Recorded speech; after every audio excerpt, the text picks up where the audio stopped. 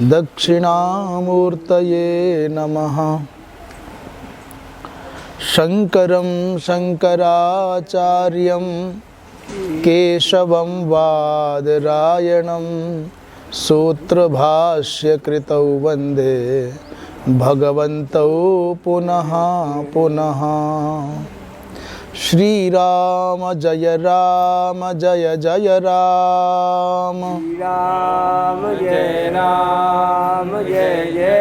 राम। श्रीराम जय जय राम। राम जय जय राम। श्रीराम जय जय राम। राम जय जय राम।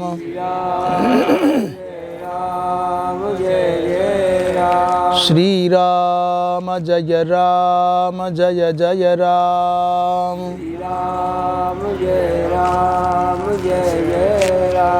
धर्म की जय हो, अधर्म का नाश हो, प्राणियों में भावना हो, विश्व का ज्ञान हो, गौ हत्या बंद हो, गौ माता की जय हो, परम पूज्य धर्म सम्राट स्वामी श्री करपात्री जी महाराज की जय हो, जगत गुरु शंकराचार्य भगवान की जय हो, सदगुरुदेव भगवान की जय हो, श्री वृंदावन बिहारी लाल की जय हो। हर हर महादेव।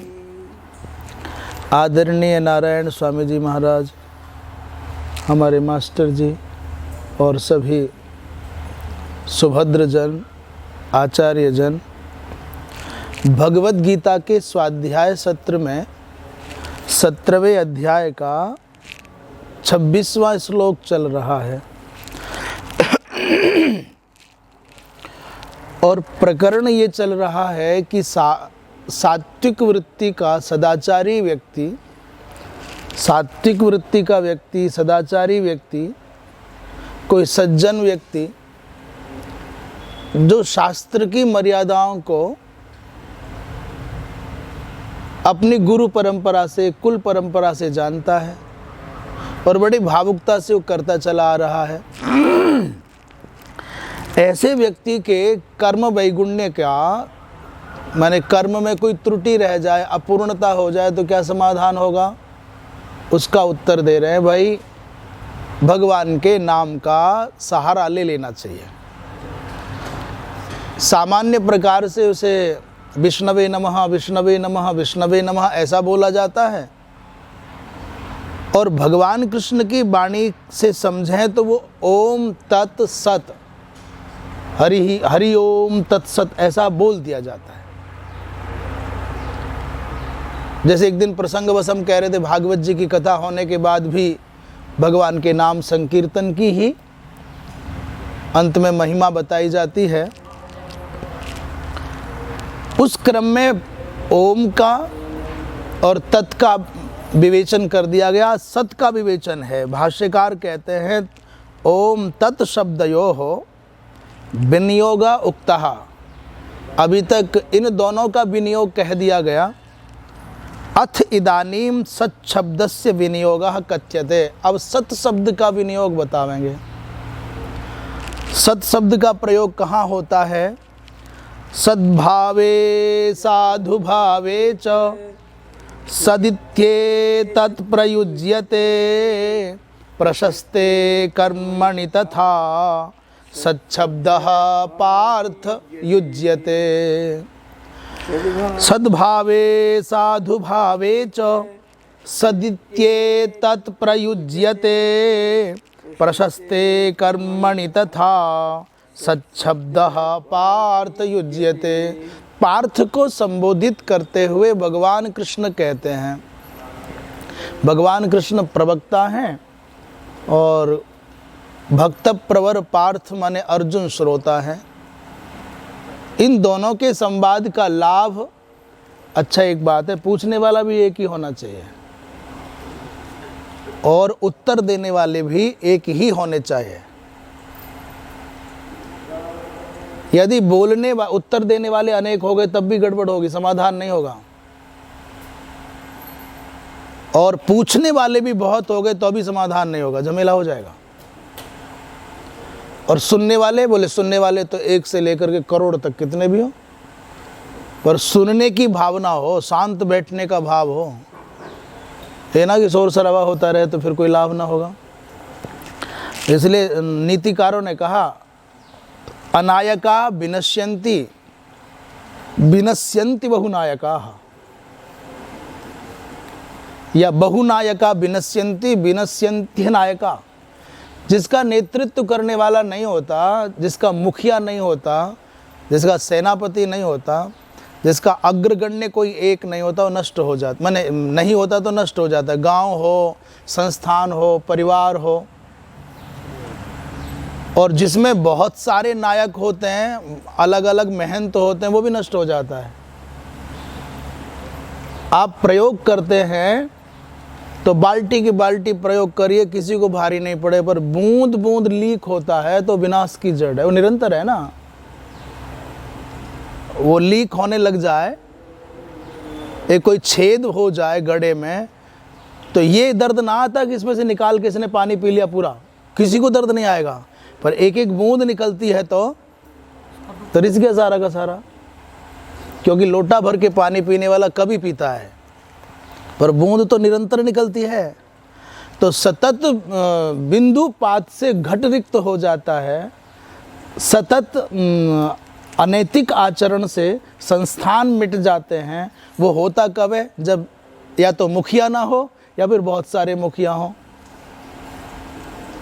आप कहीं भी देख लेना, बहुत सारे जहाँ नेतृत्व करने वाले होते हैं, सब टांग खिंचाई आपस में करते रहते हैं, सब बराबर हो जाता है। इसलिए नेतृत्व तो किसी एक का ही, और वो विश्वसनीय और पारदर्शी हो, वो सबको साथ लेकर के चलने वाला हो, वो सब पर गलत करने वालों को दंडित करने का स्वभाव वाला हो, और अच्छा करने वालों को प्रशंसा देने वाला और पारितोषिक देने वाला हो। नायक रहित जो व्यक्ति है, मुखिया रहित जो समाज नष्ट हो जाता है। नश्यन्ति बहुनायकाः, बहुत सारे नेतृत्व करने वाले जहाँ होते हैं वो भी मिट जाता है। तो ये जो प्रकरण चल रहा था कि भगवान कृष्ण कह रहे हैं, हे पार्थ, निमित्त तो अर्जुन को बनाया और संवाद हम तक पहुंच रहा है। ये तो 5,500 साल पुरानी घटना है। कितनी पुरानी है? ये जो गीता जी कही गई कब की है? द्वापर के अंत की। और अब कलयुग कोई 5,000 से ज़्यादा साल बीत गए। इसलिए ये जो घटना है कब के? 5,000 साल पुरानी। तब से लेकर के लाखों नहीं करोड़ों बार गीताओं को सुना गया, गीता को पढ़ा गया, पर आज भी गीता नई की नई है। क्योंकि गीता के सामने जो जाके खड़ा होता है, उस गीता के अंदर उसको अपनी झांकी का दर्शन हो जाता है। गीता अपने आप में कुछ नहीं बोलती है, न सीधे कर्म की बात करती है, न सीधे योग की बात करती है। आदमी ने अपनी धारणा से उसमें से निकाल लिया है। कोई कर्म की बात कर रहा है, कोई ज्ञान की बात कर रहा है, कोई भक्ति की बात कर रहा है, कोई योग की बात कर रहा है, कोई लोक सेवा की बात कर रहा है। सब लोगों ने अपने अपने हिसाब से गीता जी से मसाला निकाल लिया। गांधी कुछ और बोलते हैं, लोकमान्य तिलक कुछ और बोलते हैं, विनोबा भावे कुछ और बोलते हैं, शंकराचार्य की बात अपनी निराली है, रामानुज कुछ और बोल रहे हैं, निम्बार्क कुछ और, सब अलग अलग बोल रहे हैं।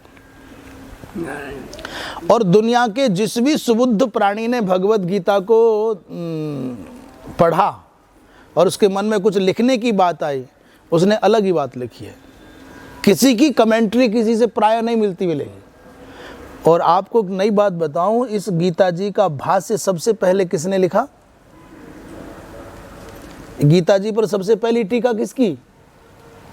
बोले साहब सबसे पहली टीका शंकराचार्य जी की। अरे बोले नहीं भैया, सबसे पहली टीका हनुमान जी महाराज की। आपने ये बात सुनी कभी पहले? सबसे पहला जो भाष्य लिखा, टीका लिखी, किसने लिखी? श्री हनुमान जी महाराज ने। हैं? किसका? पैसाच भाष्य। हुआ क्या कि जब भगवत गीता पूर्ण हो गई, अर्जुन कृतकृत्य हो गया, भगवान बहुत प्रसन्न होकर के आशीर्वाद देने लगे, तुरंत हनुमान जी ऊपर बैठे थे ध्वजा पर, बोले महाराज मैंने भी आपकी भगवत गीता सुनी है। भगवान कृष्ण ने ऊपर मुंह उठा के देखा, अच्छा तुमने वक्ता के आसन से ऊंचे आसन पर बैठ करके ये उपदेश सुना है, इसलिए जाओ, तुमको दोष लगेगा। और थोड़ी कोई बात डॉट कर रहे हैं। हनुमान जी ने कहा, महाराज ये तो गड़बड़ हो गया, मैंने तो अच्छे के लिए किया, आपने बिठाया ऊपर मुझे ध्वजा पर, अब जाता कहाँ? बोले नहीं भाई, वक्ता के आसन से ऊंचे आसन पर बैठ करके आप सुनोगे तो दोष लगेगा ही लगेगा। इतना भी लिखा, लेटे लेटे नहीं सुन सकते, बहुत सारे नियम है, फिर वो अलग बात है। हनुमान जी ने कहा, महाराज इस दोष की निवृत्ति क्या है? बोले, जब तुम जैसा मैंने उपदेश किया है उसी प्रकार की भावना और सिद्धांत से परिपूर्ण होकर के इसका भाष्य लिखोगे, टीका लिखोगे, तब तुम्हारा दोष निवृत्त हो जाएगा। महाराज तब हनुमान जी महाराज ने इस पर भाष्य लिखा, उसका नाम पैशाच भाष्य है।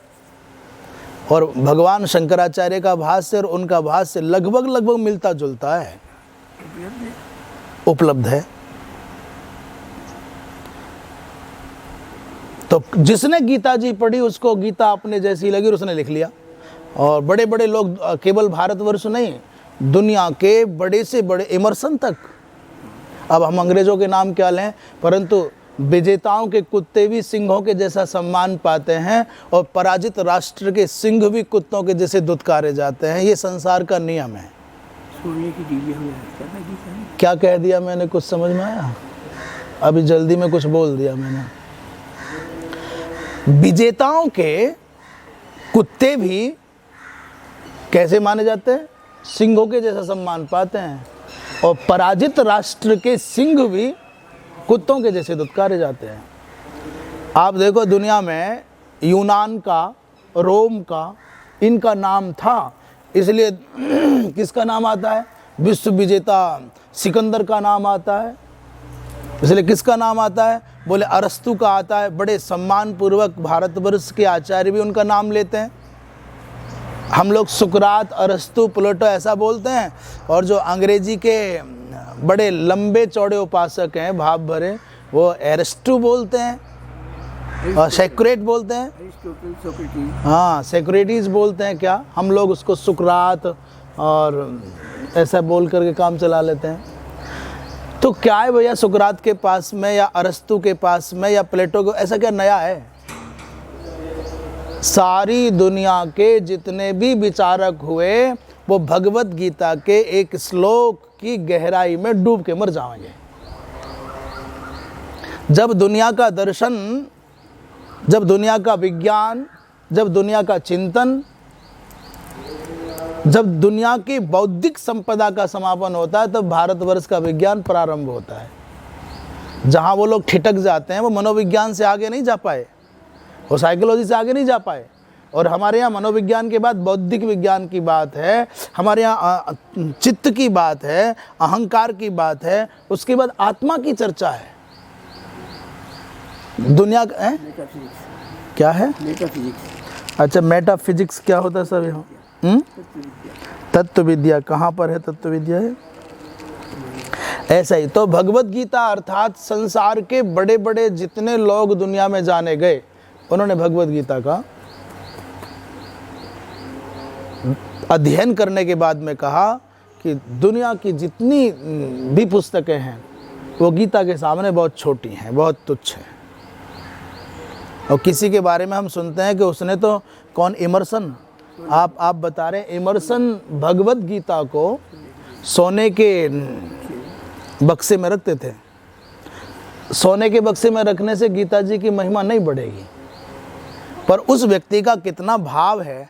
एक चित्र को व्यक्ति साधारणतया रखता है, एक चित्र को कोई व्यक्ति लकड़ी के फ्रेम में बना के रखता है, एक उसको पीतल आदि, स्टील आदि के फ्रेम में बनवा लेता है, एक उसको चांदी का फ्रेम में मढ़वा लेता है, और कोई व्यक्ति उसको सोने के फ्रेम में मढ़वा लेता है। तो ये संभावनाएं आती हैं सामर्थ्य के ऊपर, आपकी आर्थिक स्थिति के ऊपर। उससे भी बढ़कर के बड़ी बात है आपकी भावना होती है। सामर्थ्य होने पर भी भाव नहीं है तो आप सोने में नहीं मढ़वा सकते। सामर्थ्य भी और भाव भी, श्रद्धा भी है। इसलिए गीता जी को सामर्थ्य और श्रद्धा की दृष्टि से देखें तो स्वर्ण के बक्सा में वो गीता जी को रख दो। और हमने ये भी सुना, उसने गीता जी को सर पर रखा और नृत्य करने लग गया।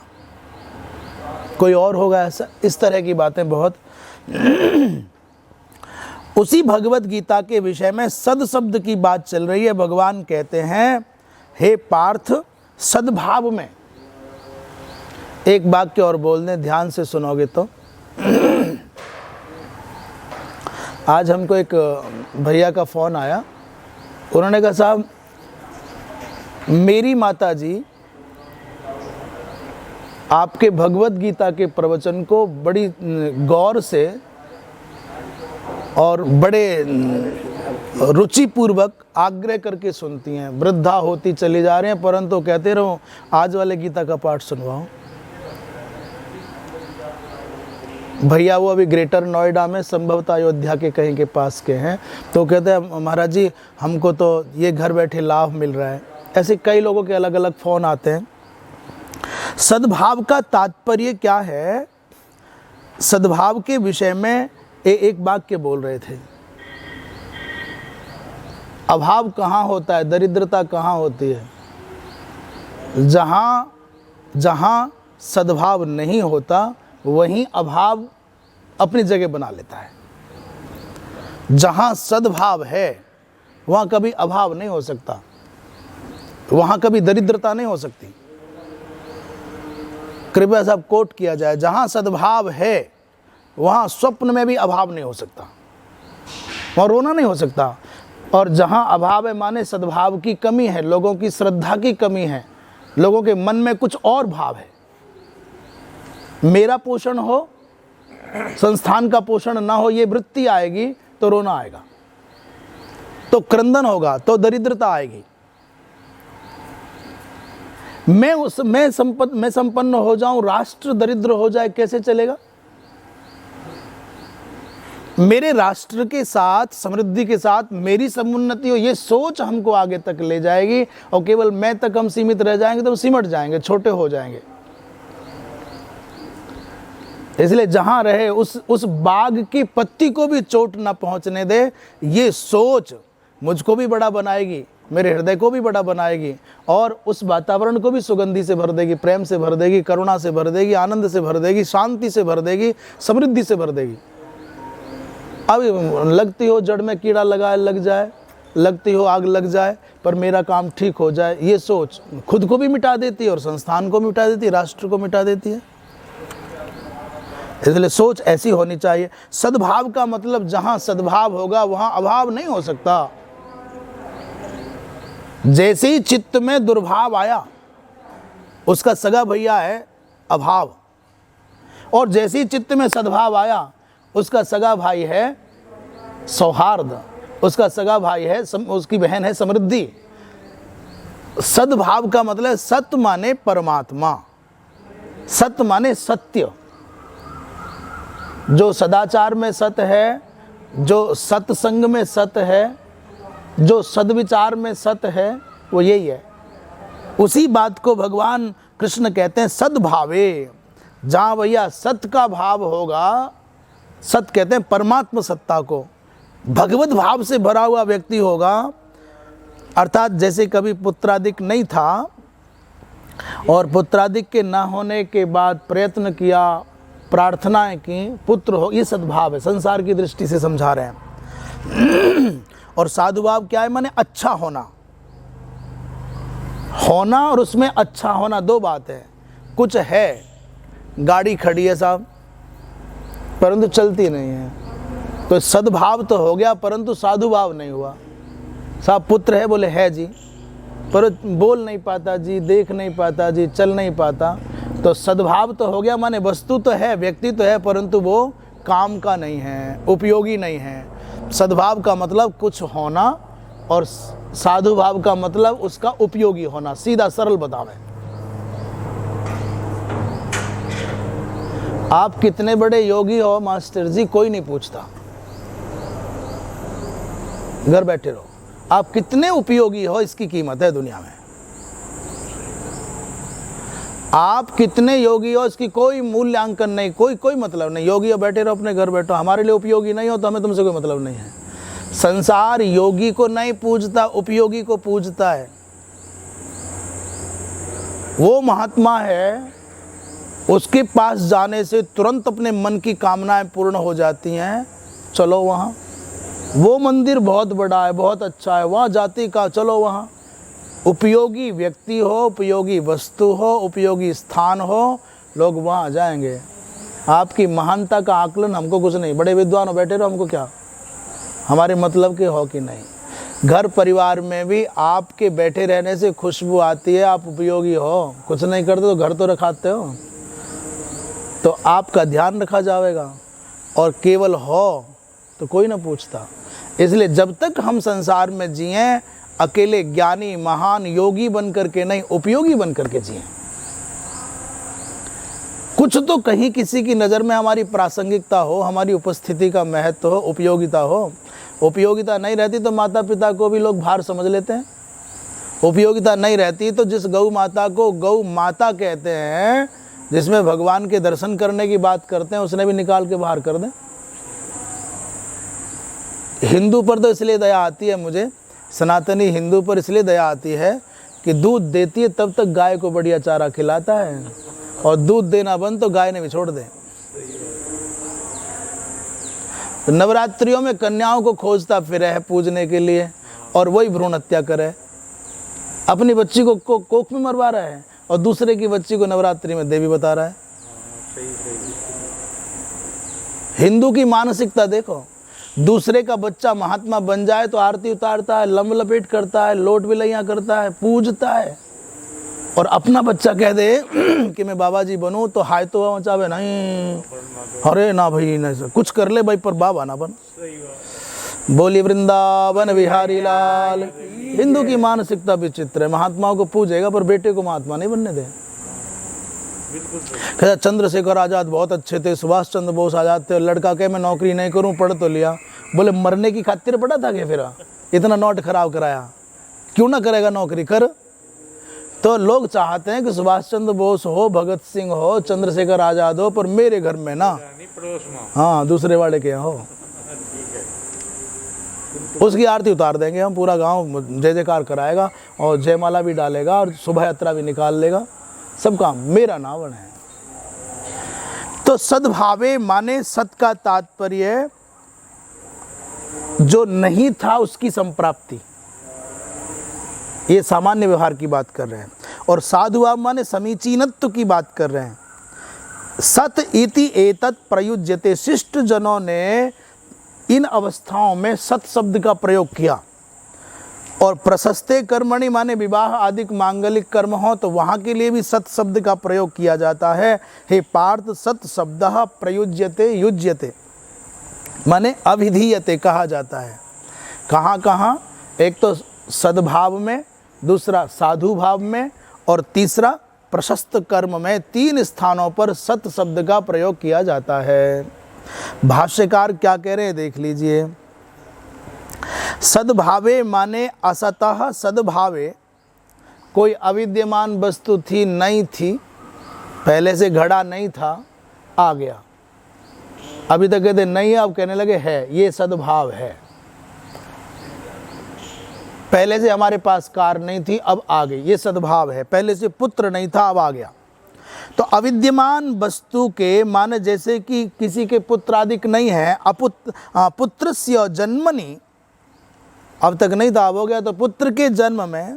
और साधु भाव माने असद्वृत्तस्य, असाधो कोई बहुत बुरे कर्म करता था, कुसंग में फंसा था, चोरी करता था, पर किसी के समझाने पर, किसी के मार्गदर्शन में उसने अपना व्यसन छोड़ दिया।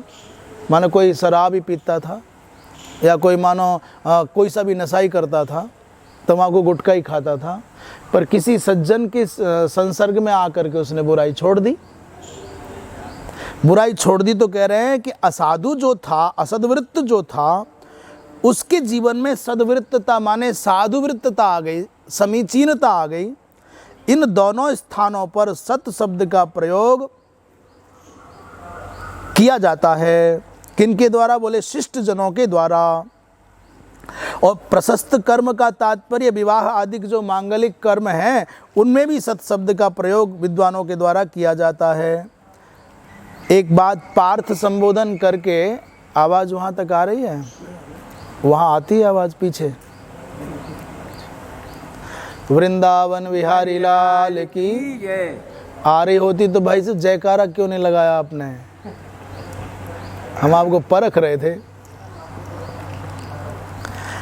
पार्थ संबोधन करके भगवान कहते हैं जैसे तुम प्रथापुत्र होने के कारण प्रथापुत्रत्वात् त्वयि पार्थेति युज्यते, तुम प्रथा के पुत्र इसलिए तुमको पार्थ कहा जा रहा है।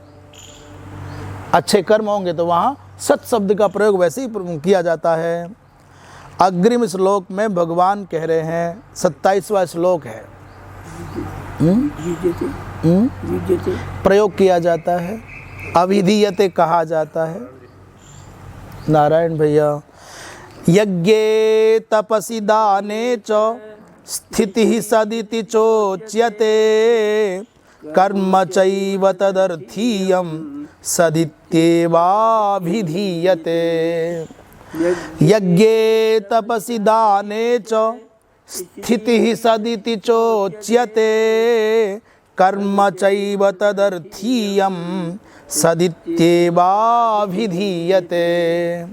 भगवान कृष्ण कहते हैं जैसे प्रणव का, जैसे तत् का, जैसे सत का प्रयोग किया जाता है, उसी बात को दोबारा कह रहे हैं कि यज्ञ किया किसी ने, बड़े श्रद्धा भाव से यज्ञ किया अथवा तपस्या की अथवा दान किया, बड़ी उत्तम निष्ठा के साथ में किया, परंतु फिर भी कोई विधि में चूक रह जाए।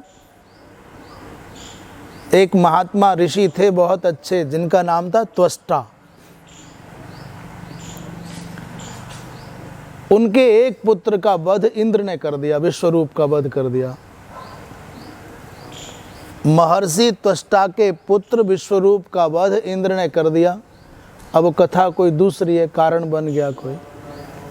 कारण भी संकेत में बता दें, वो थे तो असुर कुल के, उनकी माता असुर कुल की थी, तो देवताओं के आचार्य तो बन गए, परंतु मन में अपने मामा के पक्ष का, अपनी मातृपक्ष का भाव रह गया। अब देवताओं का दैत्यों का तो शत्रुता का भाव है, विरोध है, परस्पर वैचारिक मतभेद है।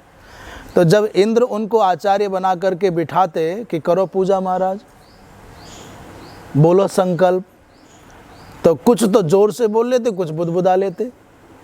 वो जो बुदबुदाते थे उसमें अंदर अंदर ऐसा भाव रहता था कि इंद्र यजमान है, उसको तो सुना दिया तेरा मंगल, तेरा कल्याण हो, तेरा भला हो।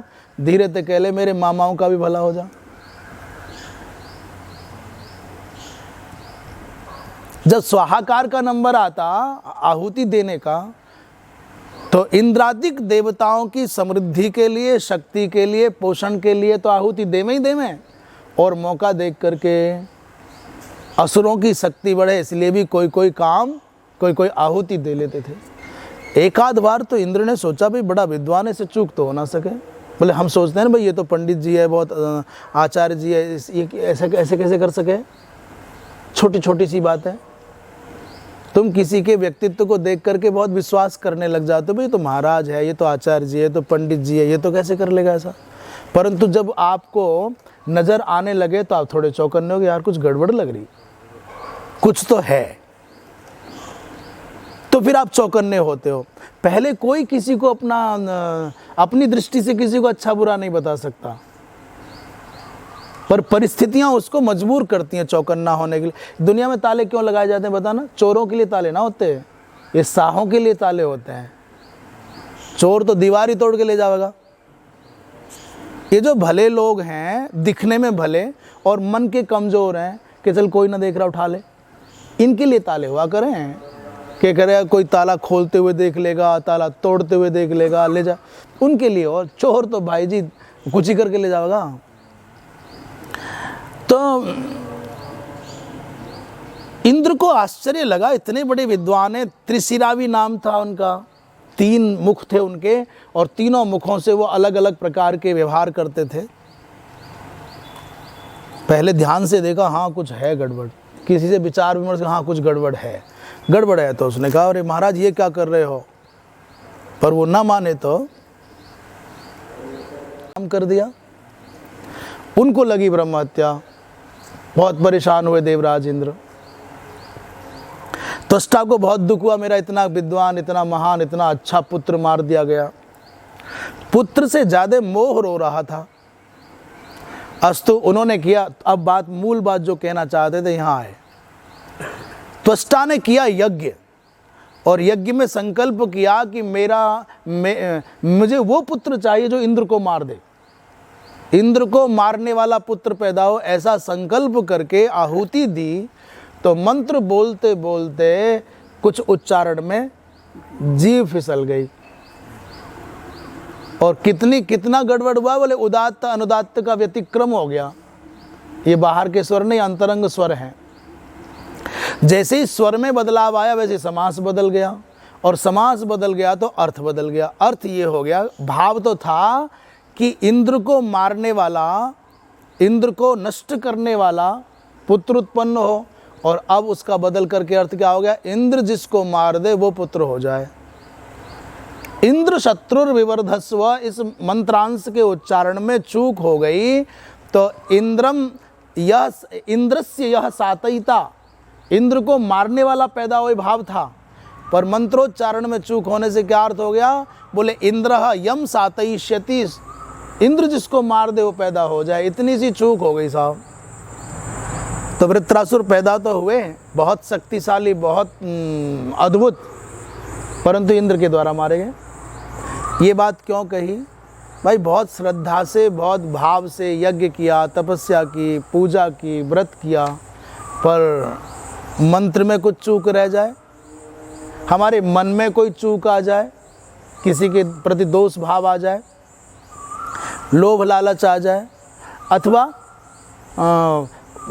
संविदा बहुत अच्छी थी, उसके अंदर कीड़े थे, वो जल करके मर जाए, अथवा तिलादिक में कोई दोष आ जाए, द्रव्य में दोष, घी अपवित्र आ जाए, इस कारण से भी कोई कमी रह जाती है, तो उसका कोई समाधान है? बोले हाँ है।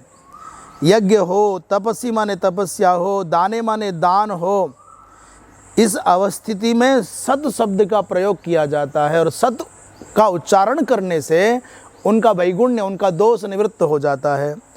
और कर्म चैव तदर्थीयम सदित्येवा विधीयते, जो भी यज्ञ, तपसी, तपस्या, दान इत्यादि अन्य कर्म भी भगवद अर्पण बुद्धि से किए जाएं, तो उनके लिए भी सत शब्द का प्रयोग ही किया जाता है। अभी कर रहे हैं हम अपने लिए, तो ये भगवदीय नहीं हो गया कर्म, ये तदर्थीय कर्म नहीं हो गया, ये मदर्थीय कर्म हो गया।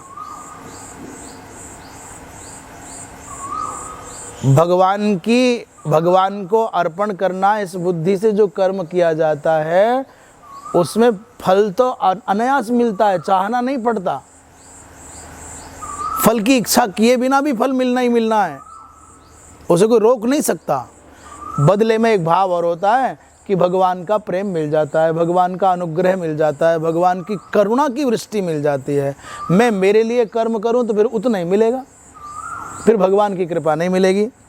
तो भगवद अर्पण बुद्धि से किए गए जो कर्म हैं उन्हीं को तदर्थीय कह रहे हैं, उनको भी सत शब्द से कहा जाता है। भाष्यकार कह रहे हैं यज्ञ में जो स्थिति माने निष्ठा है, और तपस्वी माने तपस्या में जो निष्ठा है, जो स्थिति है, दाने माने दान में जो स्थिति, जो निष्ठा है, उसको सत शब्द के द्वारा विद्वानों ने कहा है। और तदर्थीयम का कर्म का अर्थ है अथवा यस्य अभिधानत्रयम, जिस परमात्मा के तीनों ओम तत् सत विष्णु राम इत्यादि, जिस परमात्मा के तीनों नाम हैं, प्रकृतम तदर्थीयम यज्ञदान तपोर्थीयम ईश्वरार्थीयम इति एतत्, उस परमात्मा के जिसके तीनों नाम हैं उसके लिए किए गए यज्ञदान तप तदर्थीय कहलाते हैं, ईश्वरार्थी कहलाते हैं, उनको सत शब्द से कहा जाता है। तत् एतत् यज्ञ तप आदि कर्म, ये इनमें कोई असात्विकता भी, विगुणता भी रह जाए, श्रद्धापूर्वक किया, पर भगवान के अभिधानत्रय का प्रयोग करने से इनमें सात गुण आ जाता है, इनके दोषों की निवृत्ति हो जाती है, इसलिए इनका प्रयोग करना चाहिए। बोलिए वृंदावन बिहारी लाल। की जय। अब निचोड़ बता दें थोड़ा सा। कोई भी पुण्य की भावना से, धर्म की भावना से कर्म करो तो सबसे पहले क्या बोलते हो? ओम तत्सत ब्रह्मार्पणमस्तु। हम क्या बोलते हैं? सब पूजा करके क्या बोलते हैं? अनेना श्रीमन्नारायणो भगवान प्रियताम तत्सत ब्रह्मार्पणमस्तु। हरिओम तत्सत ब्रह्मार्पण, ब्रह्म को अर्पण करते हैं हम। आजकल कृष्णार्पणम भी बहुत चल रहा है, अथवा शिवार्पणम भी प्रयोग कर लेते हैं। शिवार्पणमस्तु, कृष्णार्पणमस्तु, विष्णुर्पणमस्तु, ऐसा भी बोलते हैं।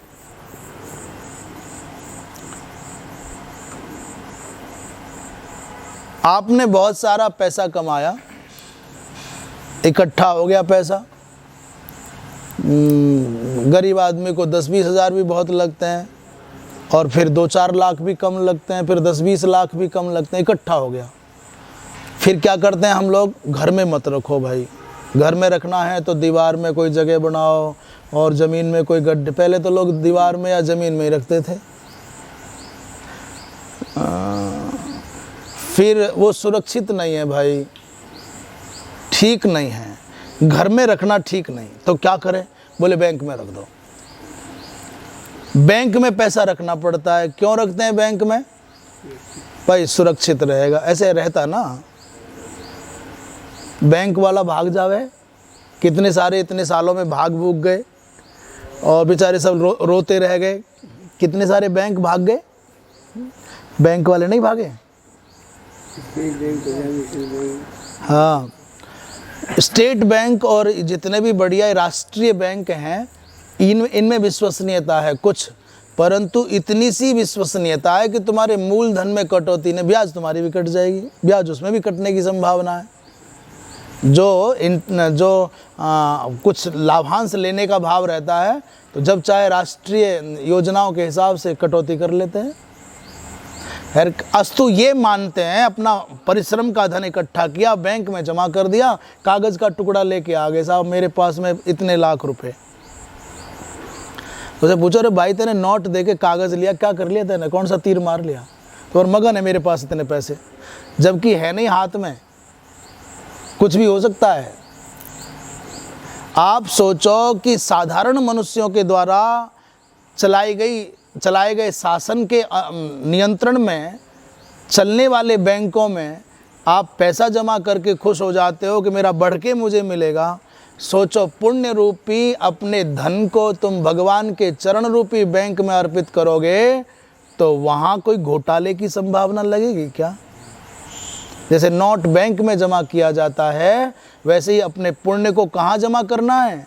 कोई बैंक खोजो, अच्छा वाला बैंक, जहाँ से धोखा नहीं होगा, जहाँ बेईमानी नहीं होगी। वो बैंक केवल कहाँ है? अपने पास तुमने पुण्य को रखा तो काम चुरा ले जाएगा, क्रोध चुरा ले जाएगा, लोभ चुरा ले जाएगा, अहंकार चुरा ले जाएगा, ईर्ष्या लूट लेगी। हमने पुण्य रूपी धन को अपने घर में रखा तो डकैत नहीं छोड़ेंगे। तो कहाँ रखना चाहिए? पुण्य रूपी धन को भगवान के चरण रूपी बैंक में।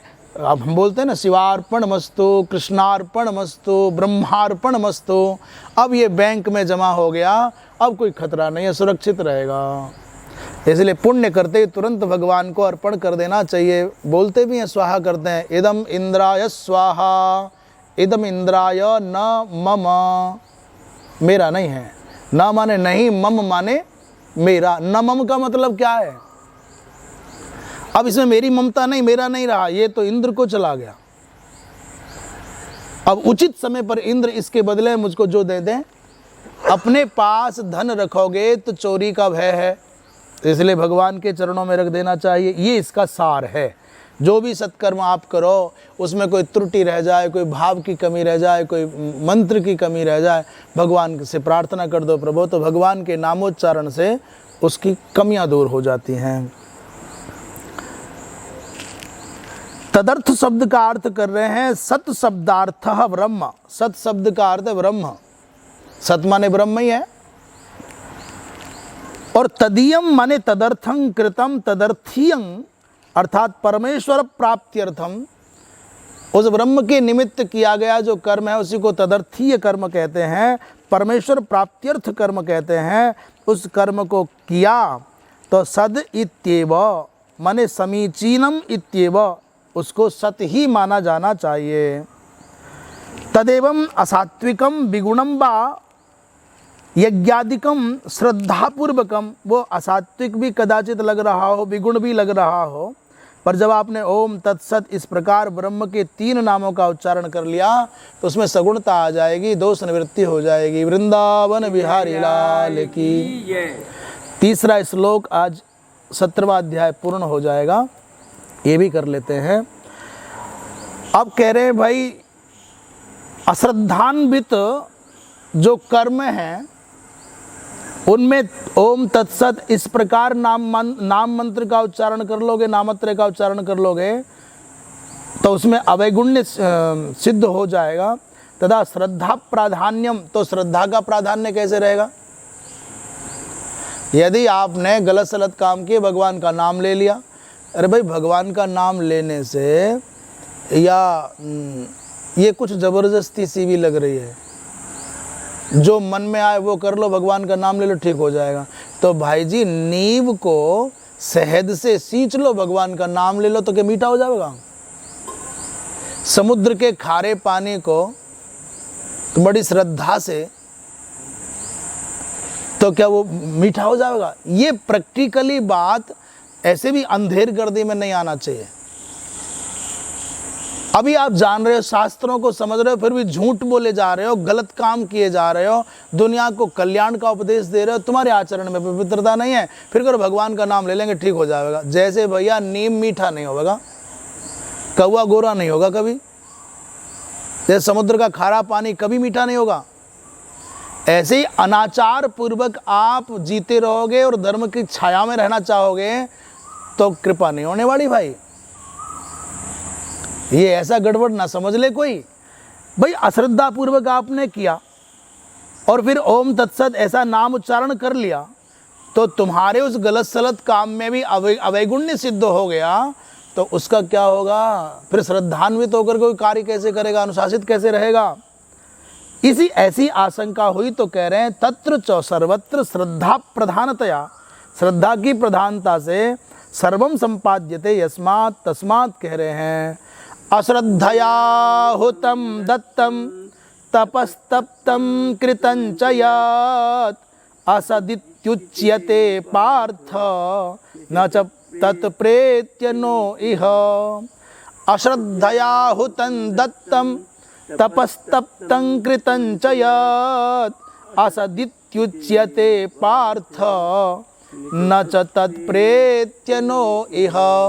भगवान कृष्ण कहते हैं हे पार्थ, किसी ने अश्रद्धा पूर्वक हवन किया, यज्ञ किया, दत्तम माने दान दिया, स्वर्ण दान, भूमि दान, वस्त्र दान, अन्न दान दिया, गौदान दिया और तपस्या की और अन्य भी बहुत सारे कार्य हैं, उन सब में जोड़ लीजिए, तो भैया जो अश्रद्धा पूर्वक दिया जाता है उसको असत कहा जाता है पार्थ। और ऐसा पुण्य कर्म ना तो यहाँ फलीभूत होता है और ना परलोक में फलीभूत होता है। आप यदि अश्रद्धा पूर्वक देव पूजा करोगे तो थोड़ी देर को तो लोग तुमको भगत जी मानेंगे, महान मानेंगे, विद्वान मानेंगे, साधक मानेंगे, सिद्ध मानेंगे, पर जब उनको असलियत पता चल जाएगी तो तुम्हारा ब्याज के सहित पूरी भद्रा उतार लेंगे। तो शिष्ट जनों के द्वारा गर्हित होने के कारण, निंदित होने के कारण यहाँ भी कोई लाभ नहीं हुआ। लगता है बगला भगत बना बैठा है। जो बगला भगत है, लोग ऐसे बोल लेते हैं ना, कोई आदमी भजन करने का अभिनय करता और आचरण ठीक ना हो रहा है, वो अपना मछली हाँ बस उसी को फंसाने के चक्कर में लगा, वो दिखावा है, ऐसे बोल लेते हैं गांव के लोग और खूब बोलते हैं। अश्रद्धा पूर्वक कोई भी कर्म किया जाएगा तो यहाँ अच्छे लोगों के द्वारा, शिष्ट जनों के द्वारा वो निंदित होने के कारण यहाँ भी कोई फायदा नहीं हुआ उसका, और परलोक में तो उसका कोई लाभ होना ही नहीं है, कोई लाभ नहीं होना। भगवान कह रहे हैं न च तत्प्रेत्य, माने परलोक में भी उसका कोई लाभ नहीं होगा। अब ये कोई मनुष्य नहीं कह रहा, कौन कह रहे हैं? भगवान कृष्ण कह रहे हैं 28वें श्लोक में। और नो इह, और ना ही यह माने इस जन्म में भी, वर्तमान जीवन में भी इसका कोई लाभ नहीं होगा, वो असत ही रहेगा। इसी बात को भगवान शंकराचार्य भाष्य के रूप में व्यक्त कर रहे हैं। अश्रद्धया माने आपने श्रद्धा रहित होकर के हवन कर लिया, ब्राह्मणों को अश्रद्धा पूर्वक आपने दान आदि दे दिया, आपने अनुष्ठान भी, कोई व्रत भी किया, तपस्या भी की, उसमें भी कोई श्रद्धा नहीं थी, तो अश्रद्धा पूर्वक आपने सब किया, स्तुति नमस्कार आदि किया, पूजन हवन दान धर्म किया, वो सब आपका खाली चला गया, बेकार चला गया। मत प्राप्ति साधन मार्ग बाह्यत्वात्, भगवान कह रहे हैं क्यों बेकार चला गया, क्यों व्यर्थ चला गया? तो भाष्यकार ने उत्तर दिया कि इस व्रत के द्वारा, श्रद्धा रहित व्रत के द्वारा, दान के द्वारा, धर्म के द्वारा मेरी प्राप्ति नहीं हो सकती। मेरी प्राप्ति के जो साधन हैं, मेरी प्राप्ति का जो मार्ग है, उससे वो वंचित व्यक्ति है, इसलिए बेकार चला गया। कोयल बहुत अच्छी बोल रही है, बोली वृंदावन बिहारी लाल की। न च तद बहुआयासम अपि प्रेत्य फलायनो अपि इहार्थम साधुवी निंदितत्वात्।